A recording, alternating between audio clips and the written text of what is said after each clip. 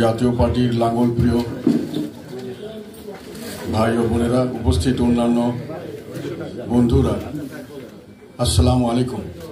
সবাইকে অনেক অনেক শুভেচ্ছা জানাচ্ছি, ধন্যবাদ, শ্রদ্ধা এবং ভালোবাসা জানাচ্ছি। আজকে 21শে ফেব্রুয়ারি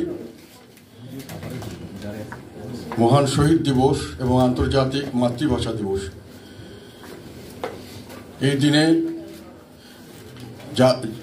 আমাদের মাতৃভাষা বাংলাকে রাষ্ট্রীয় মর্যাদা দেওয়ার জন্য আমার দেশের বাঙালি ছেলেরা তাদের বুকের রক্ত রাজপথে ঢেলে দিয়েছিল। আজকের এই দিনে আমি অত্যন্ত শ্রদ্ধার সঙ্গে স্মরণ করছি সেই সব বীর শহীদদের কথা, যারা মাতৃভাষার মর্যাদার জন্য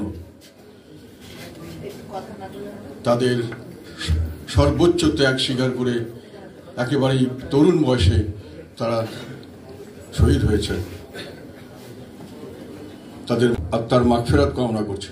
আজকের দিনে আমি গভীর শ্রদ্ধার সঙ্গে স্মরণ করছি আমাদের নেতা আলাজ হোসেন মোহাম্মদ এরশাদকে। কেননা এটা আমরা দেখেছি, সেই পাকিস্তান আমরা যখন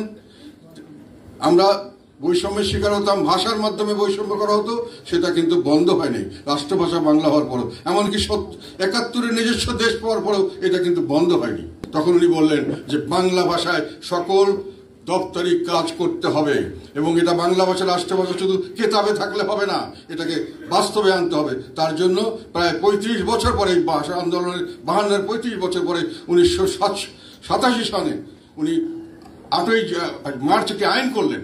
সেই আইনের মাধ্যমে বাংলা ভাষাকে সর্বস্তরে ব্যবহার করার জন্য বাধ্য করা হলো।